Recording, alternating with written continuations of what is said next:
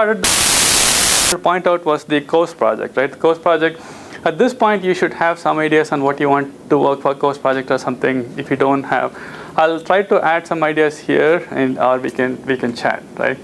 One of the question is, especially if this is true if you're a grad student, is you would like to use the course project ideas to say publish papers, right? And I think in general that's a good thing. You don't waste time. You're writing papers and stuff. But on the other hand, as far as the course is concerned, writing a paper adds layers of complexity that you may not want to take on, right? For example, writing a paper, your paper has to be significantly better than anything out there, right? There's no consolation prize for being second or what have you, right?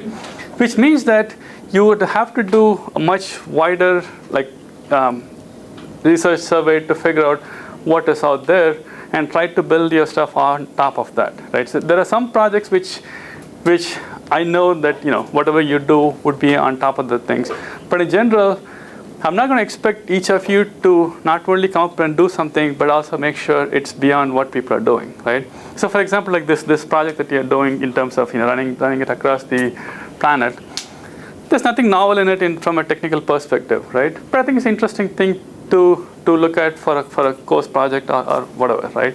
So my aim in the course project is only for you to do something that is interesting to you that you can look at. That's all I care about. So if you say, I tried to do this and like gazillion other people have done this too, but I just want to try it, that's perfectly fine with me, right? And those won't be publishable, then that's perfectly fine with me. If somebody wants to take this beyond that to write papers and stuff, again, that's fine with me, but I'm not going to insist on that, right?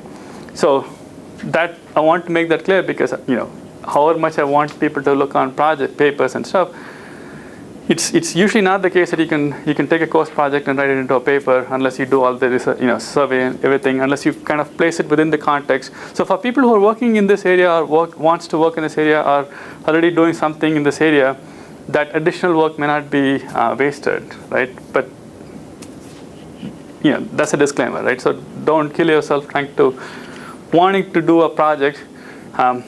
It'll be perfectly fine if you kill yourself to have fun, but not as a project, right? Kill yourself for fun. Don't kill yourself if it's not going to be fun. Sort of. So you get what I mean, right? So far, we looked at the coding issues and stuff for the first few lectures, and we're trying to look at multimedia systems from the textbook. And I hope people are following the textbook on the background, right? How bad the textbook is. So I'm never going to ask you word by word what's in the textbook or what is in page 5 or something like that, right? So you don't have to read to that extent. But in general, try to follow the textbook as such, because I don't have time to go through each one of them. So I'm trying to give a more skeptical view on top of it, just because the field moved in a certain way. So I'm hoping to have more interaction on that level. Yes. Which textbook? Both textbooks. Both textbooks. Like when we cover a certain chapter, right? I'm not going through each and every step. That's in the textbook. So we'll continue with the media server and some of the networking issues in this lecture, right? So do you have any questions so far about the topics we have covered in the course? And actually, I suddenly noticed that there are fewer people today. So I actually have two handouts, right?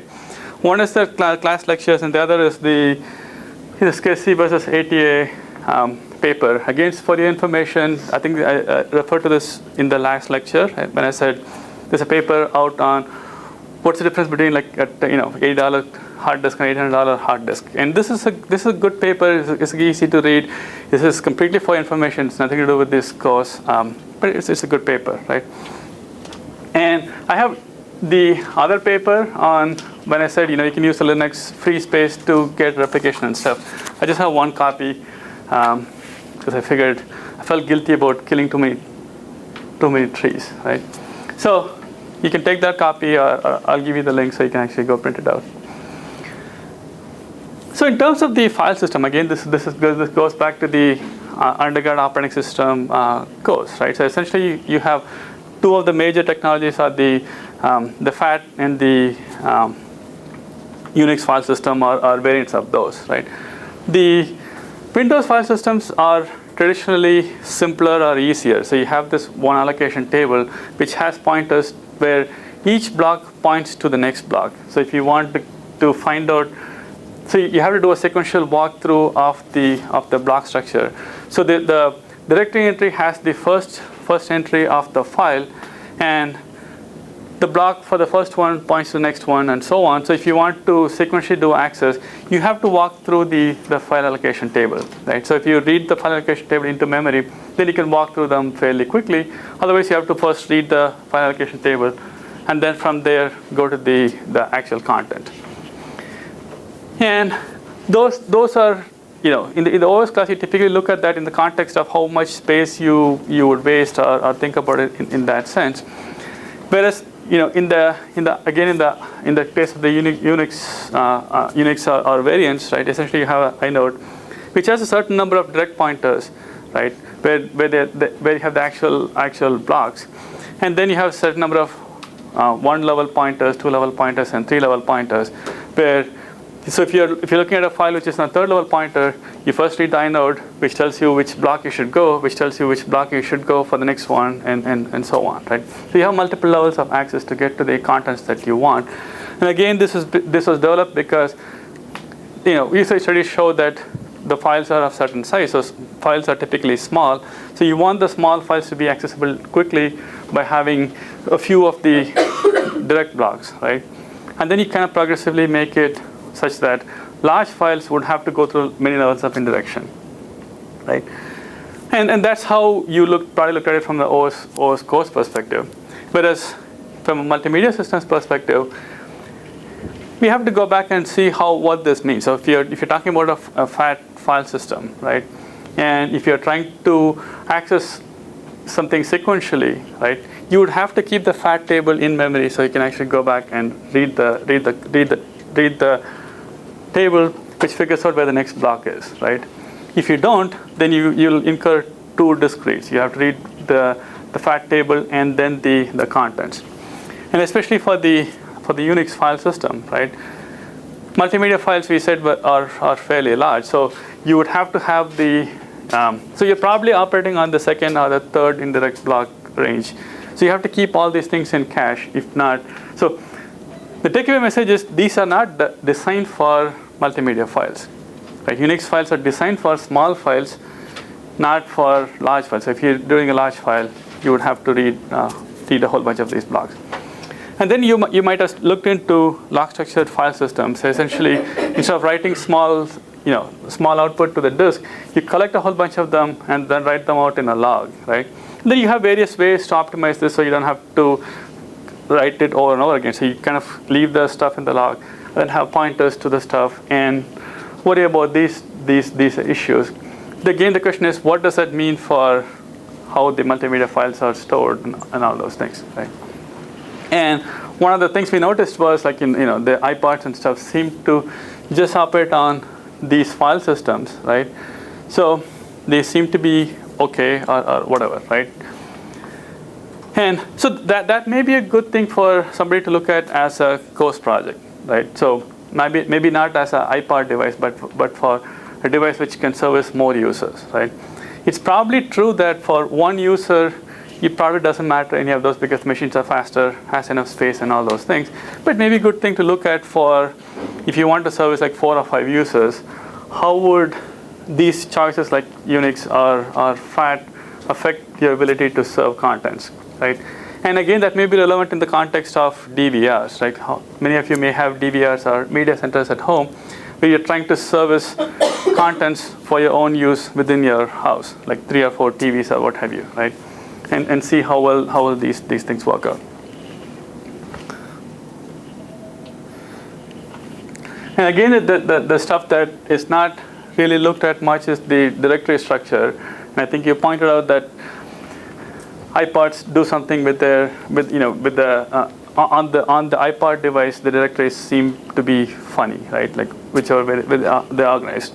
Essentially, the idea here is this have become larger, but they haven't changed much in terms of the speed of access. You know, in terms of the device RPM, right? We've been at 7,200 and 10,000 for a while now, and I don't really believe that we're going to cross that 15K RPM speed anytime soon, right? Because there are physical processes involved, and I don't think they can manufacture faster than 15,000 RPM and still make it relatively cheap. So we're kind of stuck with that. You know, what that means is there are certain operations that are not going to get faster. So directory operations, where you have to read a whole bunch of directories to follow, kind of stuff, may have some consequences. So one of the course project the thinking was, if you're talking about an iPod and you're trying to do a sequential play by album, play by however you think these things would be used for, play by genre or something, right? How would your directory structure tree that you organize affect how you play, right? The nice thing about iPods are there are lots of files, so you can't probably put them into a flat directory, right? And then you play them in a number of different ways. You know, so if you store them based on albums, sequential play on albums would be pretty fast. But if you store them on artists, then or if you store them by album and you're playing by artists, then artists may be in different albums, so you have to kind of constantly keep changing the directories and stuff. And how these play out may be something to look at, right? And again, I don't think it'll be a big deal for iPod because it has such humongous playout buffer. But for other machines, that may be a thing to look at. So how many of you actually have an idea of what projects they want to work on for course projects? Okay. So if you don't have an idea, so if you have an idea, you would like to see if how that sounds, feel free to drop by. Or if you don't have an idea, drop by sometime so we can figure out. I would like something which is not totally wasteful compared to what you're doing for research. But if your research has something to do with multimedia, then we can come up with something, right? So the book talks about 3 different file servers, which were again done in 93, 96, and 98. And these are high-performance media servers. And so the first one is the one in 93, the media file server. So essentially, they made the file server aware of the multimedia. They made the file server aware of these frames and segments, and then tried to build more complicated stuff off of that. So they tried to build a bunch of frames. They call frames LDU, logical display units, right? And then you club them to form strands, and then the strands become, a bunch of these strands become movie clips.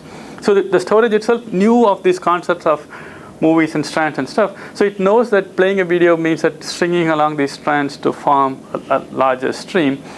And they got something out of this, right? I mean, that's what they were trying to do. This is similar in effect to what Vista was supposed to do. Microsoft Vista was supposed to have the file system be database-like. So you should be able to do the typical database operations. And one of the operations would be to create a blob unit, right? So if you took the OS class, you would have noticed that we go back and forth. We either go to a model where the disk treats everything as a bunch of bytes, or the disk has notions of high-level constructs like media or records and so on, right? Those notions are not new. So if you look in the OS close, you'll notice that back in 60s and 70s, file systems used to have structure. Then we went into the unstructured model because that was deemed better, and we keep going back and forth, right? So again, for the target applications, you will get good performance. If you don't have those models, then that particular file system is too much overhead, right? So do you really think that the logical display unit idea would be good on modern media? 93, we are talking, what, MPEG 1 or something like that, right? 2006, we have MPEG 4 with its IEB and B frames, what have you, right? How would these translate to something if you were to do it now? Yes? Probably not very well, because of the way the frames up. Most data is only in a few frames out of maybe 30 or 40, so the file system would probably know that. Yeah, I think it won't follow on a frame level, right? But it may form on a GOP level, right? A group of pictures may form a unit that may kind of go into the storage as such, right? But yeah, frame level, I don't think makes too much sense, right? Because frame level, you may have a B frame which has no use or consequence. So the next project they talk about is the Fellini, which was concerned more with the buffering aspects of it. How to provide quality of service, where you're not as worried about the disk alone, but also on the buffering. How do you manage the memory, right?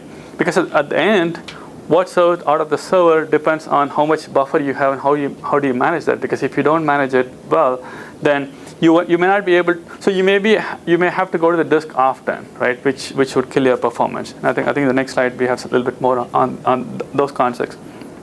And then Symphony, which is one of the best academic media file servers, did everything. It supported the notion of real-time objects and non-real-time objects, and so it divided the system into a data type dependent and data type independent layer, right? So the blocks are data type independent. And then you build abstraction on top of it, which knows what kind of data they are, and then maps them to the appropriate blocks. So it'll implement scan EDF from lecture before, right? Where it has notions of where the disk is and what the deadlines are for real-time objects. The rest of the objects would be stored in best effort, essentially C-scan, right? It has a notion of multiple block sizes, right? Essentially, the way you implement that is to have a minimum size block, and everything else is a multiple of that. And you have redirection where if you want to go for a larger block size, you essentially have. So, if the basic system supports this big a block, to support something which is this big, right? You create another block which has pointers to stuff, bunch of blocks, and you use this to define a larger block, right? Larger block would have to go through level of indirection, right? So the key is to figure out what this block size is. So if the block size happens to be, say, 1 byte, right, then your performance would be horrible, right? Because this would be, if you want to do a 4096 block size, essentially you would have to have 4,000 bytes of pointers for every one of these, right? So you don't want to have this as 1 byte. You want to have some sort of a balance where you can have different sizes, right? It supported fault tolerance and notions of not having to do parity for real-time tasks, right? So one of the things with the real-time that folks will tell you is real-time systems is not designed to. You want to get the best performance within the time duration, right? So if that means that you can't do parity check because parity check is taking too much time, you ought to be able to get out of that, right? So if you're about to miss a deadline, and you would miss it if you had to do a parity check, the storage knows that this is a real-time task, so it can get rid of the parity check, which means that your data may be false, but that's still okay because these are real-time tasks, right? So this is one of the best examples, I think, of an academic file server, which looked at a whole range of stuff. There are a whole bunch of other projects, but essentially it can support displacement, memory management, different types of systems, and so on. And it produced lots of PhDs, right? Which is a good thing, right? So in terms of the memory management, I think I kind of alluded to it a little bit before. The multimedia objects treat memory differently because the way, for example, if you look at for one media object, right, the best caching algorithm might be most recently used, right? So the idea here is if you're playing a movie, right, the block that you just played is no longer useful. So you always want a newer one, right? So the caching ought to keep objects that you haven't read so far in memory. The ones that you already read, you can replace them, right? So if you're only worried about one object, MRU policy may make sense, but it's in a traditional file system, traditional operating system, that won't work. I mean, you're trying to look for caching behavior where whatever you used before, you expect it to be used again, right? So that's part of what it means to make it the OS multimedia aware, right? So it may have to do different replacement depending on what it's trying to do, and it may have to treat a bunch of cache blocks together, right? So if it's going to keep a set of blocks, keep them all in some time order. So now you have a notion of blocks which have some temporal correlation amongst them, right? So if I'm assuming that you are going to, in the future, use these blocks, right, I should keep the next block, the one after that, and the one after that in some order, because otherwise I may not get the benefits that I want, right? So you know that people are striding through these contents. So you may have to play it like little, have interesting ways of doing this. So in the interval caching, the idea here is if you're asking for a cache object, keep something which are related to them in time order also in memory, right?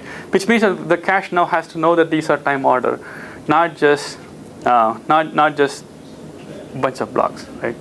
And it actually makes it a lot more harder when you assume that there are multiple processes. So if you have multiple processes, each process has to say, I need these blocks together, but different processes may have them interleaving on the blocks. So you have to make sure that on a per process or per thread basis, all these blocks which are related in a temporal fashion are stored in a nice fashion, right? And if you want to replace something, throw something which will be used further out in the future, even though you know how you have all this information. And there's some work done on trying to use, so if you have a block in memory and if you have it cached, you can store it to another hard disk to get better performance. So again, you're replicating, but you're replicating into another hard disk and don't have to pay for the cost of seeking and all those things. And I think in that context, this particular paper was very, very interesting. That's the paper I have printed out here, right? So essentially, they used the disk itself, the free blocks in the disk itself, to make these replicas. And there's also a notion of batching where it batches all the requests, reads them all, services all of them, and then kind of flush the buffer all out, right? And this may or may not work depending on what you're trying to do. If you're streaming live content, batching may not work. But if you're streaming something like what Comcast does, right? So essentially, you can buffer all these contents and then at once send these things out, right? Which means that when you start up, you may not be able to start watching because you need to wait for the next batch to happen, right? So as an application, right? So if this is what happens, if you go to Comcast and Comcast cannot guarantee you that you'll be able to watch the contents immediately, right? And let's say it says every 5 minutes is when you can join. Can you think of something that Comcast can do to make you happy or stay around till that next interval? So people who have Comcast, right? So when you start something, what do they do? Actually, if you said there's a delay, right? Well, there's a latency in the response to you hitting a button. Okay. But what's the latency that you see? How long? Yeah. Probably a second. Okay. But I mean, 1,000. I mean, that's okay. I mean, it's a full, like, you'll notice it kind of second. Okay, that's not really too bad, right? So let's assume it's a minute, right? So what can they do to keep you still engaged for that minute? Yes. Actually, that's the answer is play commercials, right? Preload the commercials into your machine, right? So you always have a set of commercials. All it has to say is play that commercial to your player. It doesn't have to tell you what it is. And usually people don't complain if you get the wrong commercial, right? I mean, as long as they're related, as long as it's appropriate for the age group who's going to watch the particular program, right? So that's what they do. I mean, they just play another commercial. And so they have to play the commercial because they don't have the data yet, right? So they're still waiting for it so they can play the commercial, and everybody's happy watching the commercial. Well, I want more commercials. I'm already paying for the service. Okay, so otherwise you'll be watching a blank screen, right? So, Makes me I prefer a timer. what? I prefer a clock that Countdown. counts down. But so this goes into Game of the Pong or something. it goes into psychology, which I know nothing about, right? There are stuff that the psychologists spend their life trying to figure out what this is, right? So, off the top of my head, without any scientific backing, right? Having a timer may actually be perceived as a bad thing because people are like. Expect to be given in a It times. But if they overestimate, so then when it happens, 30 seconds before you think it's going to, you're happy. You're So- pleasantly There surprised. you go. Unless- So, unless hey. you're going to the bathroom and you're pissed because you're just, So okay, so, okay. So this is why I'm saying this is nothing to do with the computer science aspects of it, but I'm sure there's somebody who's figuring this out and making you like either feel better. I mean, yes, I think if you say 30 seconds and if it stops in 20 seconds, nobody complains. But if it takes 31 seconds, you'll probably complain, right? Or if it takes a whole 30 seconds, you probably complain because it feels longer because you're constantly reminded it's going to take that much time, right? Or you can pay them extra money and they'll give it to you right away. Whatever, right? So those are essentially all the games that you play, knowing how people react to these things, right? But essentially, the bottom line is, I can do this batching and you not notice at all because I can play these advertisements and stuff. So if you have to wait there for 5 minutes watching nothing, then you'll be unhappy. But if it is send you a trailer or something, right? The trick is to keep you happy by sending you stuff that you would like. So if it's a trailer for an upcoming movie which is similar to the one you have, you're probably happy, right? If you're watching something which is like, let's say, one political party is the best thing, and if you send a trailer which is the opposite political party's stuff, it's probably not going to work. And people are, so essentially those sort of things you can do. So in summary, these are still relatively slow. So a lot of the things that I talked about, we may not have to play those, whatever the book talks about in terms of systems, may or may not be still true, right?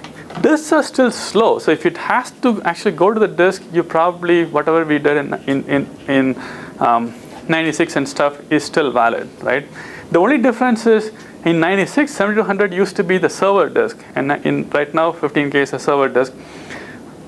But also in 96, multimedia servers used to be something which you wear it. I mean, it's not something that you actually walk around with your in your pocket kind of thing. And you can do that right now, right? So some of the things that they talked about may still be valid if you put it in the right context, right? Your DVR at home, which plays media for one TV or multiple TVs, is actually the server that these people are talking about because that's the resources that they had, right? But memory makes some of these things go away because now we have a lot more memory and stuff. So figuring out how this works is again a good kind of course project for people to look at, right? But so. And that's again the caveat. So if you read that, so the paper, the FYI paper, it's a good paper because they tell you, Eric Riddle, he works at Seagate, so he kind of knows. So he gets to talk to the hardware folks, right?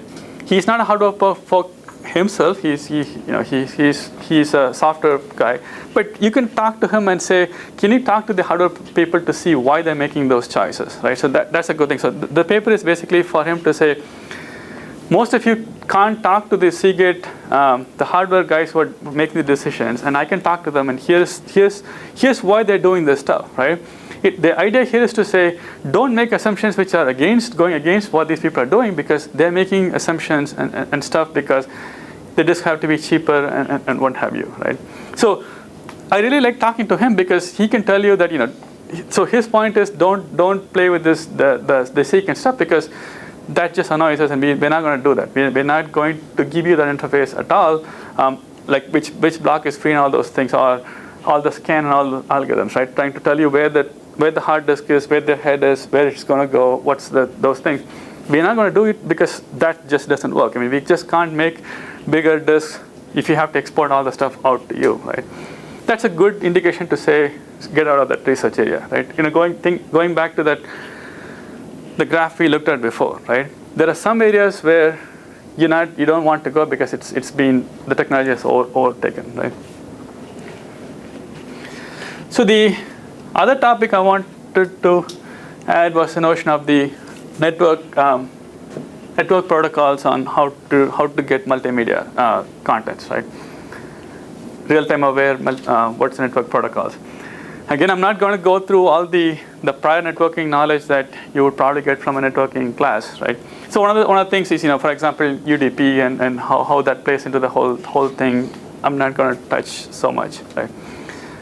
Or multicast and what are the different kinds of multicast and all those things that are beyond the scope of what we're going to cover, essentially, because that's a separate course.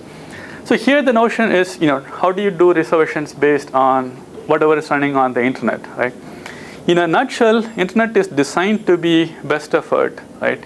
Which means that internet makes no guarantees whatsoever on what kind of networks you can do, right? So that's not by accident. It's not a bug of internet. It was not a design flaw. That's the best thing about the internet design, that they make no guarantees whatsoever on whether the package will be delivered, whether it will be delivered out of order, whether there'll be like faults in them, and what have you, right? So if your research is to prove that internet design was flawed, right? Back off, right? Because it was designed like that. So the idea here is, because it provides no more guarantees than what the underlying hardware can provide, you can build whatever you want on top of it, right? Whatever you build on top of it can't be worse than what the hardware can do, because internet, all it says is whatever the hardware can provide, we'll give it to you. If a packet was delivered to you twice because underlying hardware did it, we'll give it to you, right? If you don't want it at a higher level, you throw those packets out. So that's important to remember when you're doing this stuff. So we're not trying to build a quality of service on the best network you can think of for multimedia, right? And the network which is designed for that is ATM. Some of you may have heard of ATM.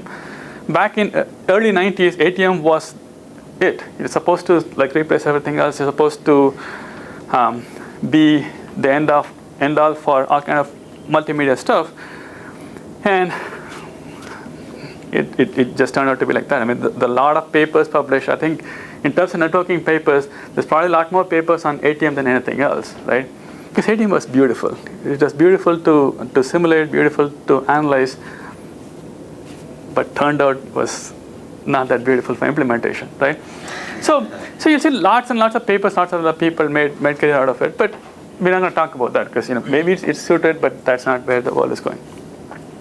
So, kind of recapping some of the stuff we looked at before, if you want to do quality of service, it's end to end. There's a server, client somewhere.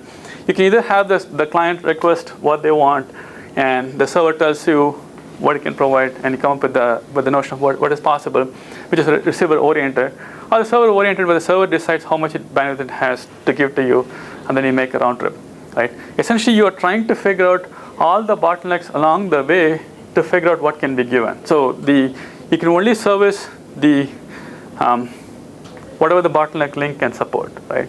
So if you start from the client, goes all the way up, or whatever, you go through one pass to figure out what's the quality.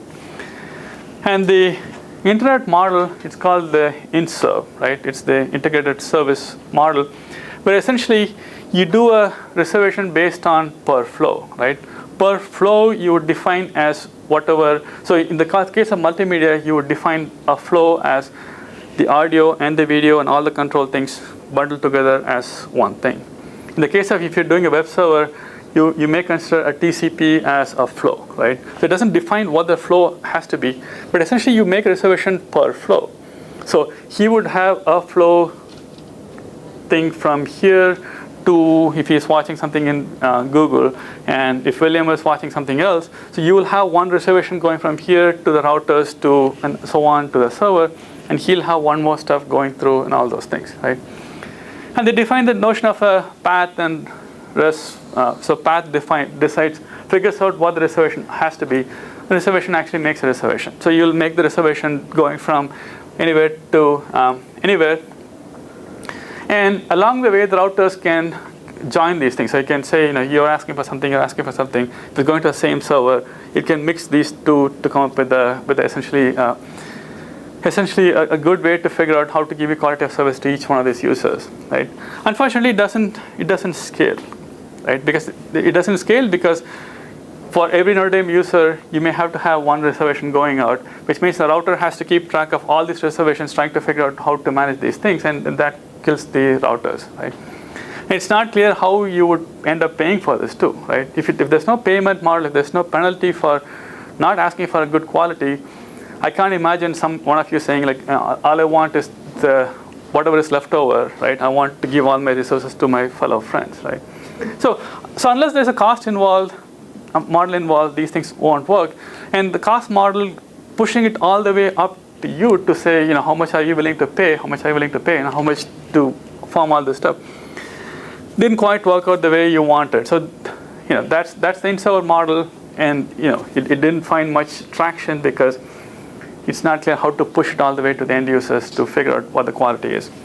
So more of the diff serve is the opposite model, where you treat classes of nodes as and give them quality of service. So you can say Notre Dame can negotiate such that all packets from Notre Dame to Berkeley, for example, would have good quality, right? Everything which goes in there would tag along and have the same quality. And since Notre Dame is paying, right, everybody along the way would go with the flow, right? And it's up to Notre Dame to figure out what they want to do inside the campus. So this model can work, right? So if you're a corporation, then essentially you don't want to fight with the riffraff. And if you're a Comcast, you want to be the riffraff, right? Your ISPs probably this is another topic for networks class, right? So to figure out what you're essentially getting when you're doing a DSL and what have you. So those are the two models that the networks do to get you quality of service, right? So one of these you would have to follow one of these established models to figure out what quality of service you should get. Otherwise, you're in the best effort, which basically says, whatever, you want something, sure. Whatever it has space for, it'll give it to you. So if you have a gigabit Ethernet interface and you want 1 kilobits per second, chances are you'll probably get it, right? If you're at your home using DSL and your DSL is supposed to be 1 megabits per second, and you want to watch a video which takes 1 megabits per second, you may be lucky or you may not be lucky, depending on what you do, right? So those are the best effort or one of these models. So they did develop a notion of a real-time transport, called the RTP, which is the real-time transport protocol, which is essentially built on top of UDP, which is sort of the underlying protocol within internet. UDP basically is a best effort datagram, which makes no guarantees whatsoever on anything, including duplicates or corrupt or lost packets or out of order or what have you. And you build the RTP on top of it, right? And RTP is designed to be agnostic to anything, to any particular application, any particular video or whatever. It's supposed to be for real time. It's supposed to use the underlying protocol to give you some guarantees, right? But it can't work magic. So if the underlying network is bad, RTP cannot do anything more. But it tells you a way to have these underlying things cooperate, right? So for example, if there's only 1 kilobits per second out of this room, right? And the network is very lossy, obviously RTP cannot change anything, but it gives you a framework where you can plug these things and have the routers talk to them.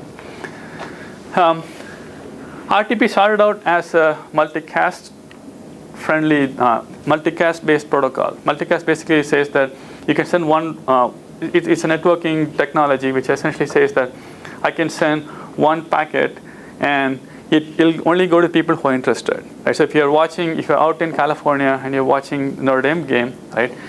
If you do multicast right, then essentially only people who are watching the game should get the content. But there'll only be one content sent from here to California, and then it kind of spreads around, right?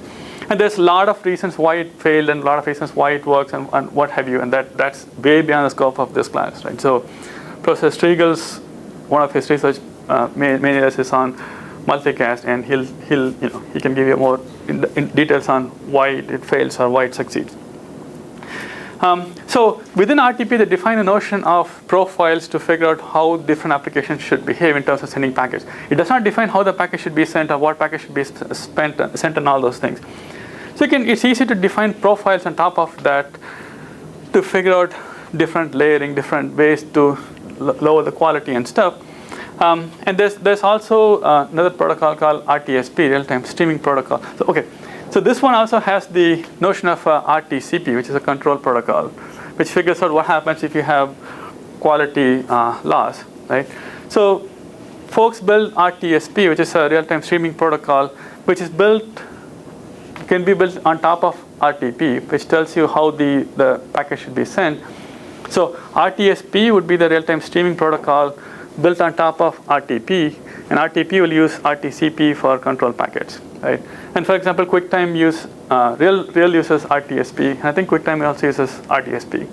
If you go to the preferences panel on one of these things, he'll tell you that it uses RTSP, different port numbers and stuff. It's very flexible, which means that you can use different transports, different ports, different what have you, right? But these are some sort of the more successful mechanisms to transmit packets. So Real uses RTSP, but I think it uses its own proprietary transport. It could use RTP if it wants. And a lot of these things are happening under the hoods for you. So one of the things is, if you go back to the SDP file, which I kind of showed in the last class, right? It can tell you what protocol, what transport you want to use. And that's how you kind of communicate, right? That's how it's kind of hidden from you. So I click on this one link, and all these things are inside it. Now, what kind of a protocol I want to use? What's the thing? And RTP supported the notion of translators and mixers, and we'll maybe go into a little bit of that later on. But the idea here is mixers mix different content from different places and send some on, right? So it may be, if you're let's say a video game server, right? So it can mix the moves from two players who are here and mix them into one move on, right? If it's set of different media, so it's not usually, you don't mean mixing two different scenes into one and then sending it on. You kind of mix these constructs in a useful fashion, right? So in the case of a game, if there are two people shooting over here, you mix it, and that makes sense for the other player because they're all playing, let's say, playing the same game. In the case of media, if you're talking about different layers, remember one of the things we kind of alluded to was the layered media, right? So we can have one source sending low quality media, one source sending high quality media. Then mixer would kind of mix them up into high quality media for forwarding it on, right? It makes sense, especially when you're trying to play movies. So for example, Comcast can say, we're going to send the low quality from a Comcast server close to you. High quality was going to come from, like, say, California, right? So if your network conditions are good, you'll be able to mix both of them to get a good quality. Otherwise, you'll only end up with having your low quality feed, right? So the mixer is the job to mix these things in a right fashion. Translators are transcoding proxies, they're different notions. Essentially, they're trying to translate the contents into something else. They're trying to change the contents from MPEG to another format that you want, changing from QuickTime to Real or what have you. So it can be doing format translation or transport translations or what have you, right? And they're supposed to be on the network, and they're doing these things transparently to you. So all these are supported within the notion of the RTP, right? It could be using multicast underneath it, trying to optimize networks or whatever. So essentially, all you see is send a packet, and it goes to this translator, so you can see it on the other end. And for example, if you're using your cell phone and you're watching the contents, it may go through translators such as WAP translator or what have you, and you see the content on the other end. And again, each one of them is a different technology. You have to do different things, and then you form it under the RTP framework, right? So you say, I'm getting this content, I'll transcode them, I'll change them, right? I can either change them with the same whatever came, right? If you're coming as 30 frames per second HD quality video, I can send it off into 30 frames per second HD quality video from QuickTime to Real, or I can get a Real, change it to something that will fit into your cell phone. And if I'm doing that, how do I do that? That's a separate research, but this is what do you do? Does that make sense?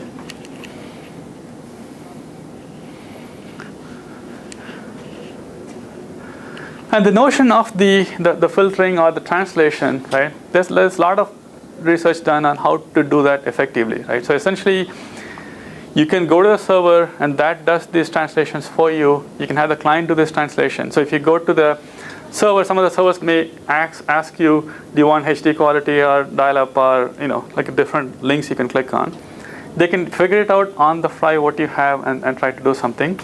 They can send the content to you and you figure it out what to do on your end. You do the stuff.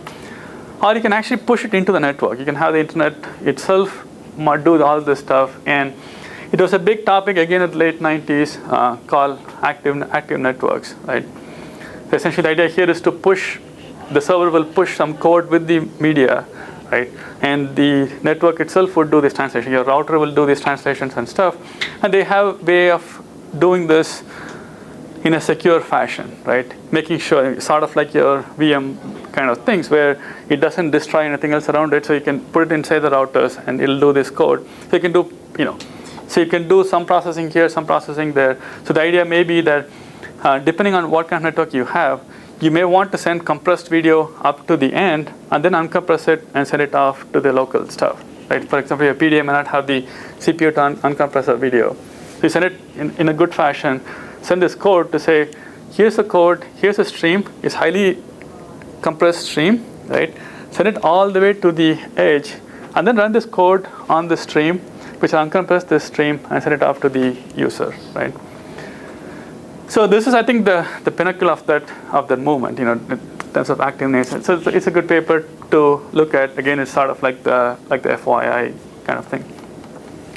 And the notion of the layer transmission is the one I mentioned before. Essentially, the idea is to have a scalable format where different layers is supposed to give you different quality, right? So you can send different qualities, and then you kind of merge them, mix them to get you better quality, right? So what you would want to do is the lower quality ones, you want to send them with higher reliability than the higher quality ones. So you want to send them maybe twice over or whatever. And then the higher quality ones, you don't send them as often. And you mix them on the network to get you the best quality that you want, right? And the practical implementation of this is the receiver-driven multicast, right? Multicast, how many of you are aware of multicast, what they are? So the idea of multicast here is, suppose I want to send something to all of you here, right? So if I do it one of the things you learn in the network is, the 3 kinds of, or 4 kinds of casts, right? There's a unicast which says that I send one packet to each one of you, right? Which is not scalable because then I end up sending all of you, however many users I have to send that many packets out, right? The other notion is a notion of broadcast, where I send it to everyone, and then hopefully people who are interested, right? So for example, if I do a broadcast, I broadcast to everybody in Notre Dame, right? And it's good that you guys will be there, so you'll receive the content. It's bad for people who are not interested because they are going to get bombarded with all this stuff. Then the notion of this notion of anycast, which basically says that I send it to this nebulous thing called anycast address, and one of you will get it, right? So if I want to send it to somebody in the class, I'll send it to anycast, and one of you will get it. I don't know who they are. The notion of multicast is I somehow send one packet, and it only goes to the people who are interested, right? That's the notion of multicast. So I send one content, all of you get it, right? So conceptually, what is happening in this room is multicast. Right? I'm only saying stuff once, and only you guys are hearing it. People who are not interested in this stuff can't hear it because there's a wall here, right? But in real network, that's not the case. So if one of you was to be in California and I'm multicasting, then somehow I have to know that you're in California, and then send the traffic such that I only send one. Something should happen so that the other person should get only one, right? And there are different ways of achieving this. There's one way, which is the right way, which is where the routers involved would make only one copy. The routers involved know who people are, and then they'll do the right thing, right? That's the right way conceptually. But it's the wrong way practically because that router is doing all that work for nothing, no reason for itself, right? So multicast, there are different ways of achieving multicast. And so the router-based scheme is pretty much dead, right? Because there's no motivation for anybody to do it, right? The idea here for the router-based stuff is, if I'm YouTube, right? I send one content, or if I'm Notre Dame and I want to broadcast Notre Dame video game, the football game, I send one copy out to the router, and the router has to send it off to many people, right? So ideally what would happen is, I have only one DSL connection from me to the router, right? I pay like $19 or something. And the router supports 1 million users, right? So entire US, everybody watches Notre Dame football game, right? I'm happy, right? Because I'm only paying for a DSL connection, because I'm reaching everybody, right? But the router, what's in it for it, right? I mean, router would want me to pay for that $1 million or whatever. So there are reasons over that. So what people are doing is, we'll probably look at some of this work is, it's a pretty good model, right? Pretty good model, because that's the way you have to do to be able to send content to many people, right? The other model that we do with the YouTube, it's a broken model, because then you have to have, so if I have to service to 10 users, I need to have bandwidth for 10 users. If I have to serve for 1,000 users, I need to have bandwidth for 1,000. And it's not scalable. So I can't service millions of users unless I'm Google, in which case, essentially I have infinite bandwidth to be able to support that, right? So multicast is still good, and people keep coming back to it, try to make it work. Since it's not going to work on the router, because we can't get the router guys to give this to us for free, there are other people who work on peer-to-peer technologies and stuff to achieve this, right? Essentially what happens is, since the routers don't do it, we let, so one of this is called end system multicast. I'll try to add the paper on this one. The idea here is, if I'm broadcasting say this lecture, and one of you wants to look at it, right?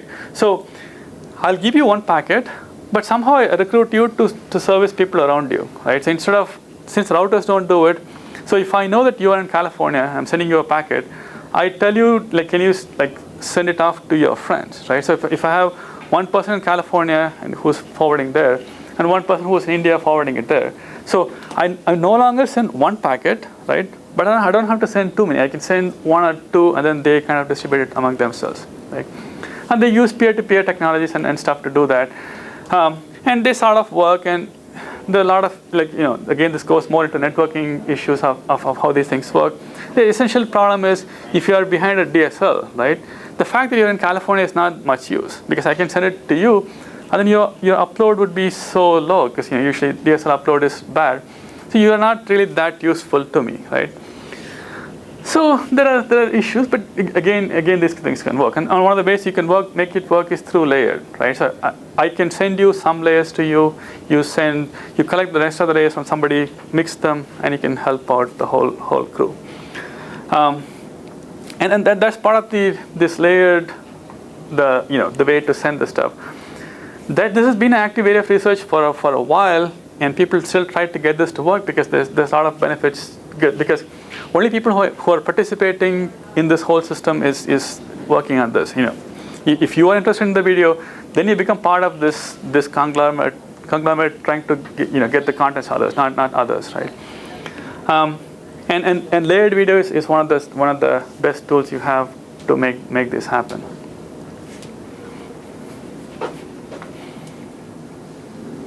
So it's again kind of unfortunate that I can't go into the whole networking aspect. The networking class is in spring, right? So when you take the class, if you take the class, you can ask them, how does this relate to some of this stuff, right? What I really like about the whole notion of the video and all those things is, I think multimedia is the only thing which gets the end users talk about this notion of quality of service, right? Though they may not call it quality of service, but there's this nebulous notion of what it means, right? As people begin to use more of these stuff. So if you have somebody at home watching YouTube, and they suddenly see that the video kind of very choppy, right? They notice the notion of some quality of service, right? Or if it kind of stops and starts and everything, they get annoyed. But when they get more into these things, like if you're listening to internet radio, right, and it kind of blocks off, then you're kind of more angrier. If you have video and audio chat and you can't really continue, then it's thing. But more interestingly, when you go to these two applications, you don't even know that you're using a computer, right? if you're using a 1Edge or some other voice over IP, right? How many of you, any of you use 1Edge or Something similar. something similar? But it was about 6 years ago Okay. when all you could call somebody through the internet, Okay. and it was free for a while, and all these companies. Skype is still, Skype call out is still free, right? Within US, if you call somebody through Skype, it's free to you, right? But when you do one of those things and the quality is not good, you do notice, right? Because these are, so these things, we'll know what is going on. But like my mom would know like something is wrong when she's using VoIP and suddenly her line is it drops out all the time, right? And VoIP is the favorite technology for your cable companies to provide you telephone service. Right? So if you have a cable company providing a telephone service, they're probably using something like this because they only have one kind of technology. On the other hand, if your telephone company is providing you with a TV, you are seeing the exact different application, right? You have the data coming to you, and they're doing some kind of way to send internet TV content. So if your SPC is providing you with a TV content, they're using some kind of internet TV model. And if that, so the consumer may not know that there is a jitter or whatever, but they notice that the picture is very bad, and they actually respond. So they actually hopefully would talk to the customer, to the consumer, to their ISP and say, my link is bad. No longer like I have 1 megabits per second, but like it has to have certain quality, right? Yeah, and again, like we haven't like seen one of these things, So does anyone have an e-video, or have you used an e-video thing? You can't use it here, right? And unfortunately, South Bend. Verizon doesn't have it here, Yeah. but I've used it. It's great. Okay. It's not in here, as far as I looked at. It's not in here, but so it's only in Indianapolis and Indiana, right? But essentially, like they can get you 384 to, I think 300, 400 is the typical one. They can go up to 2,000, but most of how the cell phone companies work, right? If you can go from 1 to 1,000, chances are I never seen somebody say, I seen 1,000, right? You just get to 1.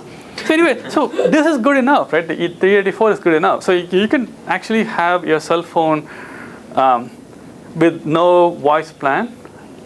Verizon won't let you do that, but if they let you do that, right? Essentially have your cell phone be only a data phone and run a VoIP application on top of it, which makes the phone call, right?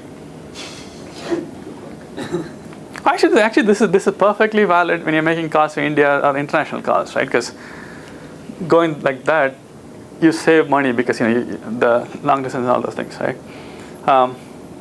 No, actually, you can't do that because Verizon does not sell you the data plan alone, right? Or if they sell you, it's like $99 if you just get the data plan, but if you get data and voice, it's 99.1 or something, right? And so essentially, they don't want you to get to this, but you can get video. Have you watched the TV thing?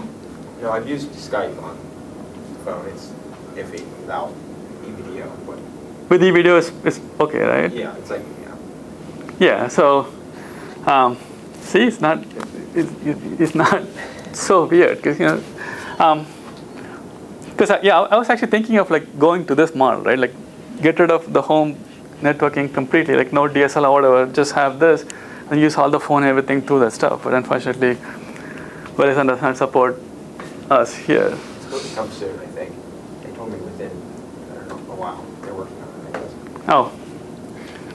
So once those sort of things happen, like what it means, right? So if you're starting to watch TV on those things, or if you're trying to use that for internet service and stuff, all the quality of service and stuff becomes a lot more knowledgeable to the user. And I'm hoping that some user would talk about paying for more of this stuff, right? So all these things assume that somebody's willing to pay for this stuff, right? If you don't want to pay, then you essentially stuck with the best effort stuff, right? Again, how many of you are kind of aware of the net neutrality arguments? Right? So, Should worry about it. huh? Should worry about it. It's dangerous. So, The problem with the net neutrality argument, so if you don't know, right? So the current internet model is best effort, whoever gets whatever, blah, blah, blah kind of thing, right? The alternative is this notion of net neutrality and non-net neutrality, right? As far as I know, non-net neutrality is not net neutrality. But it's not clear what that actually is. Like no content provider is actually saying what that is, right? What it means, they're not telling you. Saying that it won't be network neutrality. They're not saying what the alternative is. So there's a lot of stuff going on in Slashdot and everything. People hate non-network neutrality, right? But I don't think anyone actually knows. I mean, because they're not telling you what that is, I have right? an idea. Did you see the survey that came out yesterday or 2 days ago? No. It was like they would ask people what net neutrality was, and I guess like 85% didn't really know what it is. Mm-hmm. But they would describe it as like as a way of allowing a company to provide you with more security and higher bandwidth for a cost. Yeah, the whole bunch of people are saying, but I'm saying like the people who are pushing it are not exactly saying what that means, right? I don't want to tell you. Huh? What Isn't it that means. neutrality again? Net neutral, right now, like any packet is good, right? So a router would deal with any packet as it is, right? Start charging you. Doesn't care where it So comes you do from, mostly essentially. Skype or BitTorrent. Oh. They wanna It's not charge you exactly for true. It does traffic. care where you're coming from, but it doesn't treat them differently, right? At least in the core, It's because it's a Verizon versus a Sprint packet, it isn't going to give one a priority. Porn industry. it does, but so that's where it gets like iffy, right? So And the porn industry will fight back. so it's not clear what it means, right? Because even in the backbone, it is still the case that within the same provider or different providers, they have arrangements which give better quality, right? So if you use like Comcast or something locally, right? Notre Dame actually peers with them, so they can actually send the packets quickly because we have we students and all those things, right? But it's not clear what it is, right? But I think if it could be made clear, if it is done right, I think that's the way to go, right? One of the conspiracy theories I heard from the not conspiracy theories, one of the talks I saw, this person was saying it's essentially being pushed so that AT&T can provide TV to your home, right? Because AT&T cannot provide TV because Comcast can kill it, right? Comcast can do something or whatever, right? It's basically for Google, right? It's not clear what it is for, right? So let's ignore that whole argument because it's so vague. Because it's a political thing, right? So nobody wants to say what it is exactly. They want it to go with like in 2 seconds sound bites and. Well, they're afraid if they say what it really is, then no one's going to support it. Because most of the people don't know what it Well, what it's it a bad should. name they chose anyway. No, but I'm saying like you can't really like it's a complicated enough topic to describe to normal people, right? Yeah.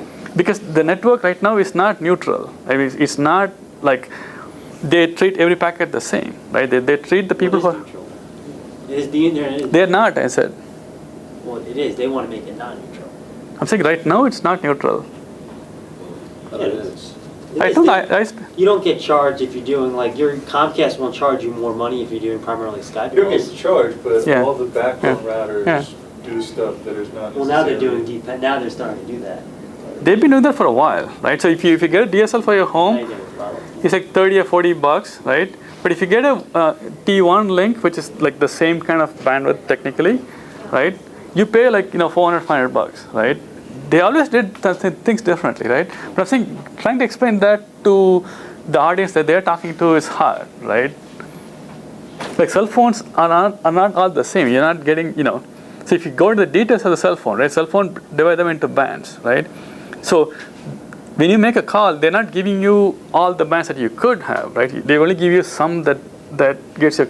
I mean, there's a reason why your quality is different with different providers, right? But explaining that to a normal user is not trivial task, right? But hopefully one of these things would kind of push this stuff, because otherwise, what's the motivation in me doing all the stuff, as a provider, when nobody wants to pay for it, right? Everybody wants high definition TV over the internet, but nobody wants to pay for it, and it's not going to go, right? But that discussion doesn't seem to be the answer because it's so vague, no one knows what's going on. But Doesn't matter. Porn industry will stop it. Why? My theory. They would want it. No, they would want it. Why?